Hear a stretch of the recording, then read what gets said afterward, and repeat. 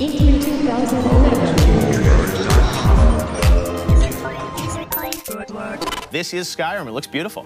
Here it is running on the 360. It is a huge, epic fantasy game where you can be who you want and do whatever you want. We're really, really pushing the hardware. We've rewritten all the graphics, all of the gameplay this go-around, and we just want to fill a world with detail. All the little things. You can look at these plants, so micro detail, macro detail. You can walk to the top of that mountain. If you've played our stuff, you know these are huge games that are wide open for you to explore and do what you want. We have a new animation system, so you can play in third person. So some nice blending on the character. That is Dragonborn. That is, you can be whoever you want, male or female. This is the character we're showing. So a lot of people like to play in third person, so it's a real viable option this go around. I mean, you've got wildlife. You've got the world is really alive. Really, really alive. That's what we push for. And it's you are who you play. The right trigger does your right hand. The left trigger does your left hand. And so as opposed to picking a character, you just be who you want, do what you want. So now I'm kind of being a battle mage, where the left trigger is casting this healing spell, and I can put that in any hand if I want. So right trigger, and then left trigger. Dual wield spells, and you power up. What's cool is if you pull both triggers at the same time, you get a more powerful version of that spell. Now we're headed up high up into the mountains where it gets snowy to this Nordic ruin. This is one of our over 150 dungeons that we have in the game, and the ancient Nords used to worship dragons. So here we are inside the dungeon with our bow. We do have a lot of cool stealth gameplay as well.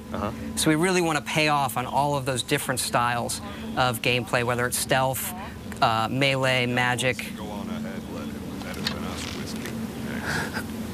As this person is switching between first and, or in this playthrough first and third, do you think a lot of people are going to play it that way, or?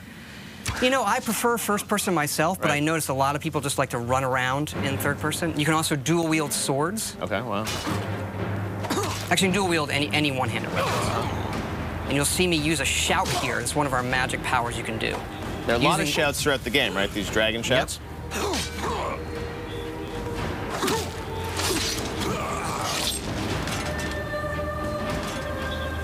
And up here we're seeing the undead, the Draugr, who live in this Nordic ruin. Using a flame spell in my left hand, sword in my right. And then another shout power.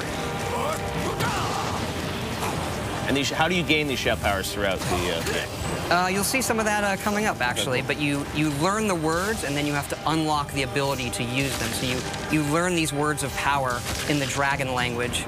And the dragons in the game are a big feature, and when they're doing things, they're using the words as well. There are staves you can use to light areas of dungeons on our way out of this dungeon. Wow. We use water as a nice feature to guide you out sometimes as well. They have a new sort of story system in this too, right? A Radiant story system? Radiant story that guides all of our quests to make it, since it is a big open game, to give us some more control over the experience you're going to have and make it more dynamic. Wow. Here we're out in the tundra, which is this wide open grasslands in the middle of Skyrim. Oh my God, I mean, this is a brand new engine, right? Yep, the creation engine that we built just for this game. So the mammoths, a lot of these creatures are peaceful unless you mess with them. Uh-oh, not a good idea. And you can also breathe fire like the dragons. That's one of the shouts. Okay. I'm going to use coming up here. Dragon breath.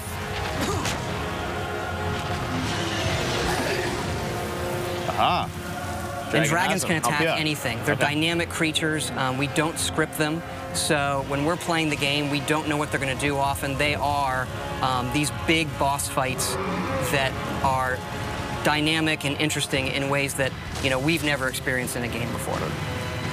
Now, I read a rumor online this week that the game is over 300 hours, or you can spend at least 300 hours in the game. There is at least 300 hours in it. We kind of have stopped counting. There was so much stuff in this game. Oh, and here's a battle with an unfriendly dragon. Kind of getting some help from the guards of this tower here. And then when they die, you absorb their souls, and this allows you to unlock words of power, shouts that you've learned, and power them up. And then we also have fights in the game in times where there are multiple dragons. So here comes another one up there, a frost dragon. They're even more powerful than the dragon that I just defeated with the help of the guards. And what's cool about this game is, dragons are not just going to come into the, the final 10% of the game. I mean, you're going to see them throughout the game, right? They are creatures like any other, and you see them not from the initial get-go, but you see them throughout the game, yes. I was reading your character sort of starts this game. You're on your way to your execution. Is that true? You are being led to your execution. This is another shout there, Storm Call. So this calls a storm that brings lightning down to defeat your enemies. One of the more powerful shouts. Right.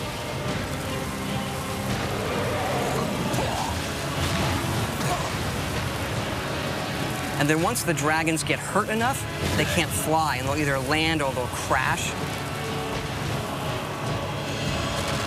And how will your relationship with these dragons change throughout the game? I mean, obviously, there's some that will be friendly to you.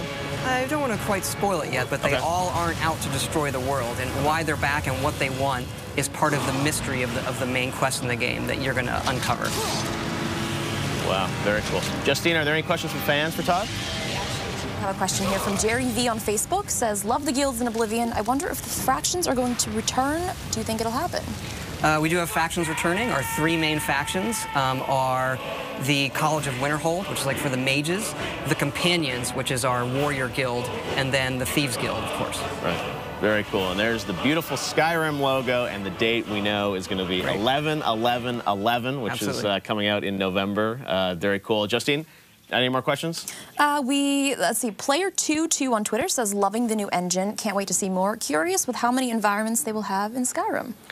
There's a lot. It's another thing where we stopped counting. I mean, we have 7 major different regions in the game. You've seen some of that where we get into snowy mountains and pine forests and fall forests, that open tundra, lots of different dungeon types. I mean, we go at this each time trying to make the biggest, craziest role-playing game we possibly can and let people just do whatever they want.